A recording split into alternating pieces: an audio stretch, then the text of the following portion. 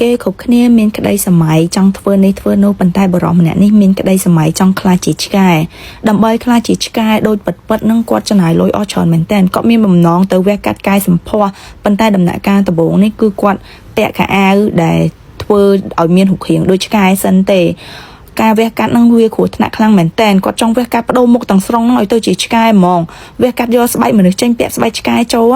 ប៉ុន្តែដំណាក់កាលនៃការវះកាត់នឹងវាគ្រោះថ្នាក់ហើយពេទ្យថាបច្ចេកវិទ្យាឥឡូវហ្នឹងគឺអត់ទាន់មានបច្ចេកវិទ្យាដែលអាចផ្លាស់ប្ដូររូបរាងគាត់ឲ្យទៅជាឆ្កែបានដោយបំណងប្រាថ្នាទាំងស្រុងទេ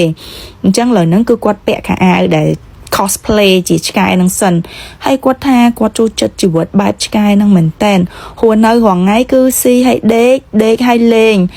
ហើយនេះគឺជាមិត្តស្រីរបស់គាត់កំដរគាត់ប្រែខ្លាចខ្លួនគាត់ទៅជាឆ្កែនឹងដំបងពេលដែលគាត់ប្រាប់ថាគាត់ចង់ធ្វើជាឆ្កែដំបងហ្នឹងគឺឡើងឆ្លោះគ្នាប៊ីនឹងបែកគ្នាប៉ុន្តែដោយសារតែសង្សារគាត់នឹងស្រឡាញ់គាត់ខ្លាំងមែនតែន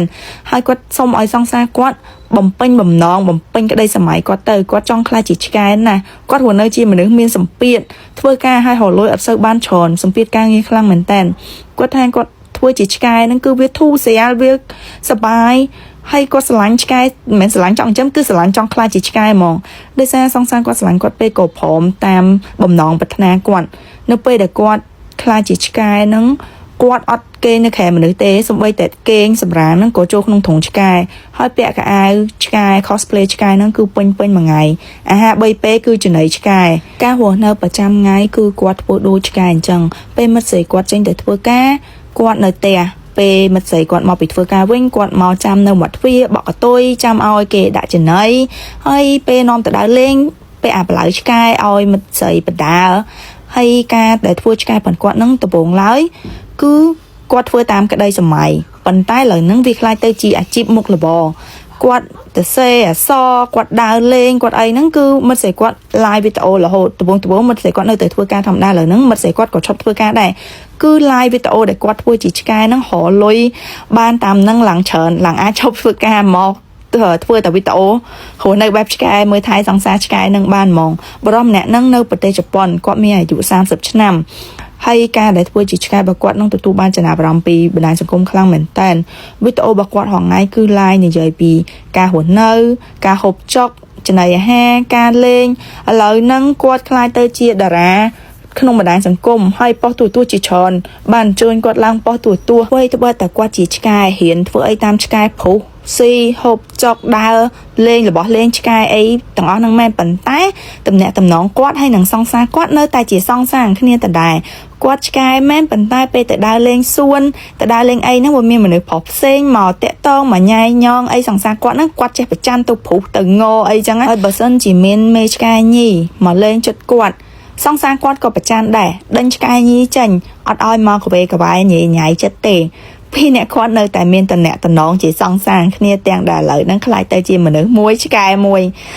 មានអ្នកខ្លះខមមិនថាគាត់ក្លាហានហ៊ានធ្វើតាមក្តីសម័យប្រែខ្លាចខ្លួនឯងទៅជាអីដែលខ្លួនឯងចង់បានទាំងដែលវាជារឿងមិនធម្មតាមិនមែនអ្នកណាផ្សេងក៏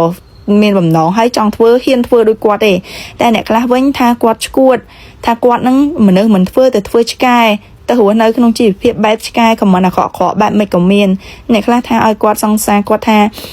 ហត់អត់មួយថ្ងៃមើលថែឆ្កែដែលមិនមែនជាឆ្កែអ្នកខ្លះទៀតក៏សរសើរសង្សារគាត់ថានេះគឺជាស្នេហាពិតគាំទ្រទង្វើគ្រប់យ៉ាងដែលសង្សារខ្លួនឯងចង់ធ្វើគាំទ្រការកែប្រែទទួលយកគ្រប់យ៉ាងដែលជាគេស្រឡាញ់គេទទួលយកគេជាគេអញ្ចឹងណាឥ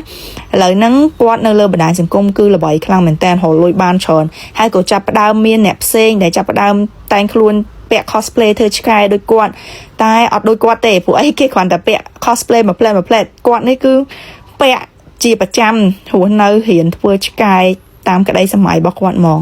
គាត់នៅតែមានបំណងចង់វះកាត់កាយសម្ផស្សឲ្យខ្លាចជាឆ្កែគាត់ចង់ឲ្យខ្លួនគាត់នឹងគឺដោះហូមវែងសម្មើខ្លាចជាឆ្កែចចកគាត់ចង់វះកាត់ធ្វើឆ្កែចកបច្ចុប្បន្នគ្រាន់តែខោអាវឆ្កែរបស់គាត់ដែលពាក់ cosplay ហ្នឹងគឺចំណាយអស់ជាង2លានវ៉ុនអត់គិតពីសម្ភារៈផ្សេងៗដែលគាត់តែងមកតែងខ្លួនធ្វើឆ្កែអីផ្សេងៗទៀតទេប៉ុន្តែវានៅតែអត់ទាន់ទៅដល់គោលបំណងដែលគាត់ចង់ខ្លាចជាឆ្កែទាំងស្រុងទេគាត់នៅតែព្យាយាមហៅមធ្យោបាយចង់វះកាត់កែសម្ផស្សឲ្យខ្លាចជាឆ្កែដោយពិត